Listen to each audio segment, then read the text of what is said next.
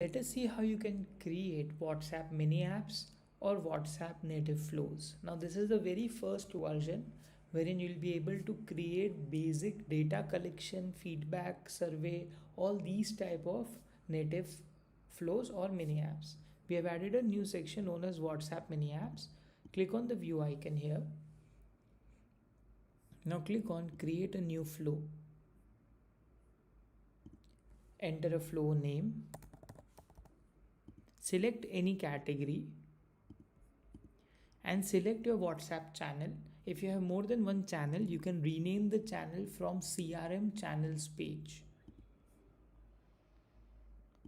Click on create flow. Now let us understand each and every small aspect or option available here. The very first thing is you can have multiple screens in your WhatsApp native flow. With this, you can have a unique screen title for each screen. Now in the very first icon, icon here is basically the preview of the flow. Right now you do not have anything in the particular screen, so you can also zoom in or zoom out from the preview area. Now if you click on the third icon, that is the components icon, you'll get the option wherein all of the components or elements available to design your screen would be visible. You can select few components and as soon as you click on them, they'll automatically get added. With this, you have option to see this particular icon here. You can rearrange the components from here, you can delete anyone, or you can also click on the settings icon and then define the labels and the various other options available here. For example, in this heading, you can also click on this settings icon here and define the text. Now to go from one screen to another, Meta has given two options. One is routing option and second is footer option. So in case of routing, a link like this is added. You can define the go to action to any other screen. And second is the footer option, wherein you get a button in the bottom area. If you click on the settings icon, you'll have the option, if someone is clicking on this button, either it is submitting the flow or it is taking you to any other screen. Now let us go to the second screen. Now here if you see the preview, it is again empty. We'll click on the components and we'll add some components. So let us have a drop down and a date option and again a footer. Here we can define the footer as submit. And here the footer is basically going to submit the flow. Now Meta has various conditions on a lot of blocks out here. So when you're basically building the flow, you might see some errors, and after checking the errors, so these errors are not from us, these are basically the ifs and buts conditions from Meta for the native flows. So if you find any kind of errors, you can contact the support team which are unable to figure out, and after this you can click on save. Now there are three stages of flow. First is save.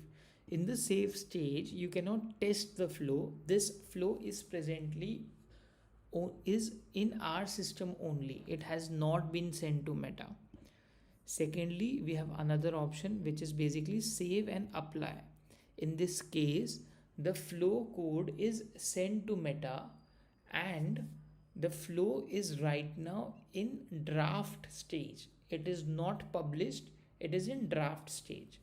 So you can also test the draft flows right now using the bot builder, and you can also click on this preview icon and you can also preview your flow from here. So if you click on preview, you'll get the option to choose your screen and you can see how the flow is going to look. And let me take you to the bot builder.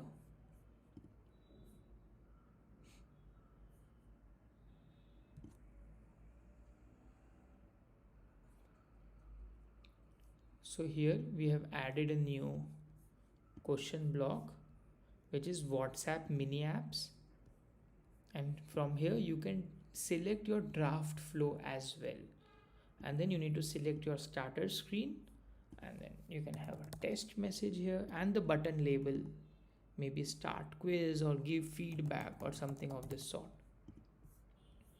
and then save. So it is always suggested to test the flow in the draft mode. The reason for it is, once you publish a flow to Meta, it cannot be edited. Meta doesn't allow editing any published flow. So once you're sure that you want to publish this particular flow, click on this publish icon here.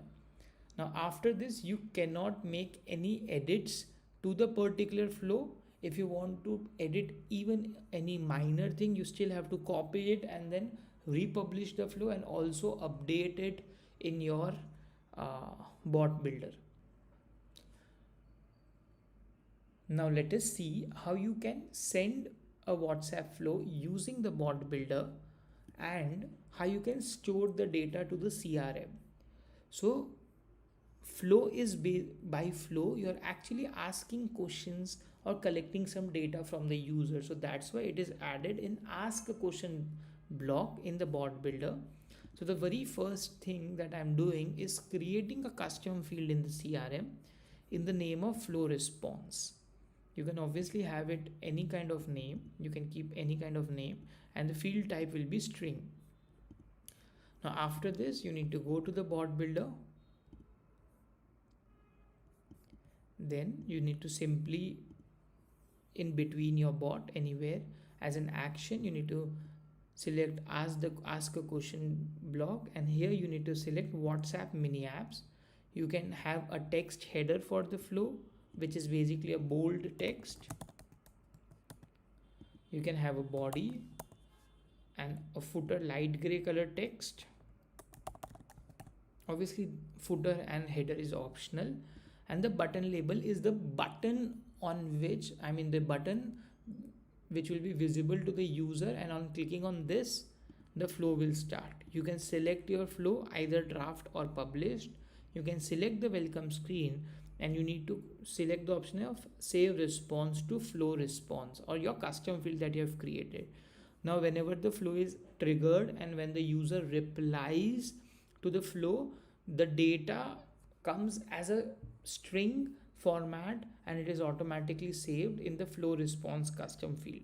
Now I'll have a separate video on how to use this data or how to segregate this data using few automation apps, but this is how you can send the flow and the data is getting saved in the custom field. Thank you.